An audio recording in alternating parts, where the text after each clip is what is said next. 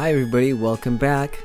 Here's my sketchbook for November week 4. Sorry I'm posting this a little late, but had some time off due to Thanksgiving vacation in United States, visit family and such. Now for the first image, this one is a Cyberpunk inspired image. It's a street in Harajuku, Japan, that's in Tokyo, called Takashita Street. I believe that's the main shopping district. So it's like a really crowded area. And what's interesting is that when I did the image, I kind of changed it a little bit, so it reminds me of Major Kusanagi from the Ghost in the Shell movie, which is kind of cool. She's kind of giving a side eye at the camera. Then you see that I'm using like neon colors for the colors, you know, in the watercolor, because it's like I said, it's cyberpunk, lots of greens for the city, like kind of technology, greens and yellow. But yeah, I don't know if anybody's seen the not new, but the last movie that came out with Scarlett Johansson. Johansson? Or is it Johansson? Johansson. Yeah, she did the Ghost in the Shell. A lot of people didn't like it. I thought it was okay though.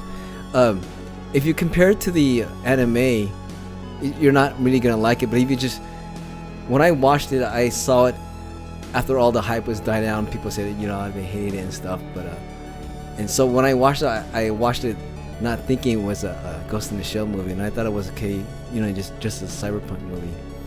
But yeah, that's kind of an unconscious inspiration for this image. I didn't intend it that way.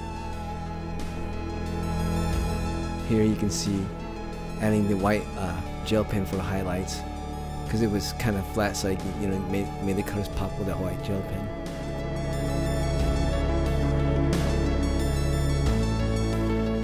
Now the second image here is Cinderella's castle at night from Disney World. Have a low angle view, so it gives it more of a perspective look. On the next few drawings I'm doing, I've been doing more outdoor images and with buildings in like man-made structures, so I can practice my perspective. I noticed my perspective drawings were kind of like getting screwed up a little bit because I haven't been practicing in a while, so I'm trying to do more perspective look on here. And notice on this one I did a lot more black shading with the ink. You can see doing the shadows here. A lot of times on my previous drawings I just did more of just like the cross hatching and then maybe just some darker shading with the watercolor. But now on this one I did like a full black background and really dark shadows with the ink. And for the colors, because the Cinderella's castle in Disneyland and Disney World, they have lots of like colored lighting on the top of the turrets. So you can see that it's kind of like a fuchsia color on top of the central turrets, and then on the sides I believe the entire building has lots of blue lighting on it, but I decided to focus more of the blue lighting on the two side towers. You can see I did it in the middle here, but I'm gonna like grade it out a little bit more to give it more of a contrast. And then left the white clock. It's not at 12 o'clock midnight though. I should have changed it to 12 o'clock midnight. But anyways, I left the white clock white in the center, so you can see there's contrast of the clock between the rest of the castle, so you can stand out more. Touching up here, gel pen, and also my Micron pencil, Micron pen.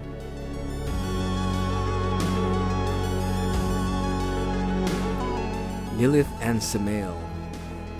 Now, if you're not familiar with like biblical writing, Lilith is supposed to be, I think it's more of like from the Jewish.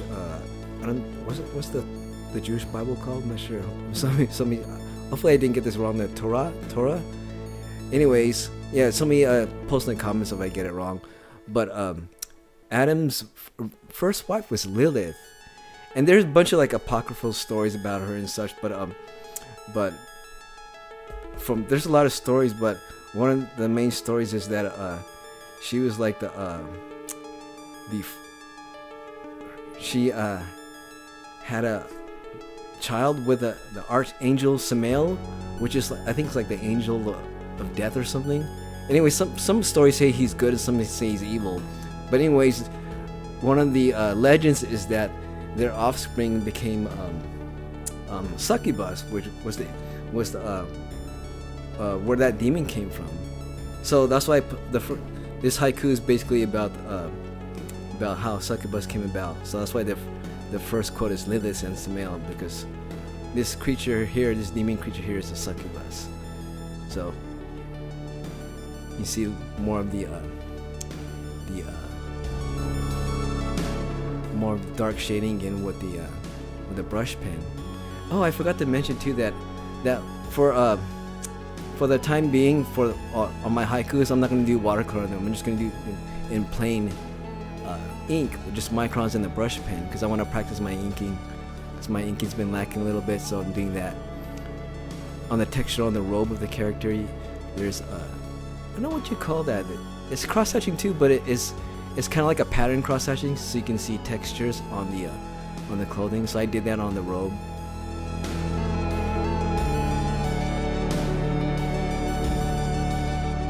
Yeah, I need to practice on my shading, which is getting a little bit better, since I'm doing more of the shading with my more of the shading with the micron and the dark shadows with the brush pen.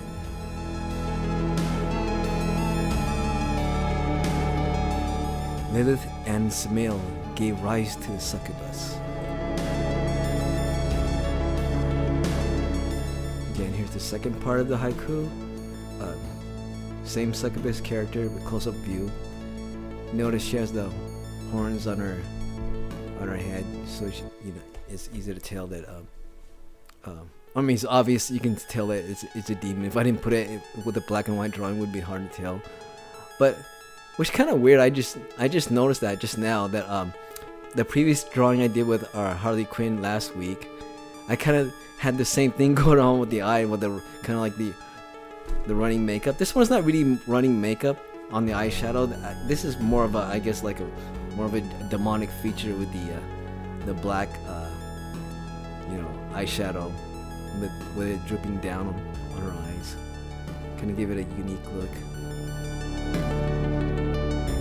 But yeah, I like the cross-hatching on this one, especially on the face. It did fine details, and on the neck. Again, I mentioned this last week. I got a set of really fine Pigma Micron pens, 003 size, which is really cool for my shading work. This also reminds me there's a player character race in Dungeons and Dragons. It's like the half demon spawn, which is kind of like this character. I don't know what the name of it is. Again, somebody leave me the name in the comments. Well, I guess I can look it up afterwards, but since I'm posting this now, leave it in the comments, let me know.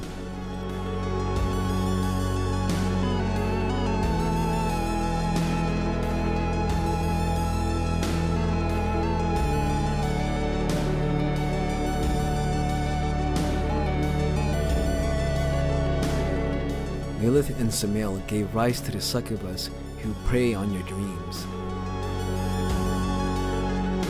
Kind of a sinister haiku. Normally when people think of a succubus, or male versions call it incubus, people only think of it like the sex demon, just tries to seduce man, kind of like sirens. But a lot of it has to do with the original form. They weren't even they were just like regular demons. They weren't even like sexy men or women. They were just like, the story is this kind of goes back to the there's this thing that people believe, like when you can't breathe and like something's pressuring your chest when you're sleeping, and that's where the idea of a succubus came from. Like they would say, like a demon would visit you in your sleep and it suck your energy, so that it wasn't always like a sexual thing. And I believe I read that also is there's some research done, or I guess research, but it's similar to how nowadays people believe they were abducted by aliens, and it kind of goes with the culture, like, because the thing is that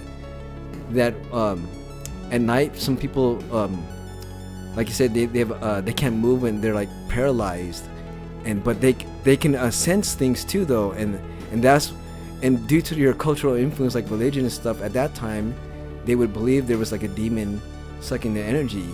And some scientists do some research, and they thought it's similar to how people get abducted by aliens, and they thought, they may see things, they think it's there, like there's an alien abducting them or whatever, doing stuff to them, but they said it maybe can come from the same issue where, same as back then when they thought a demon was sucking their energy. Well, time's up. See you next week. Make sure to like and subscribe. Bye.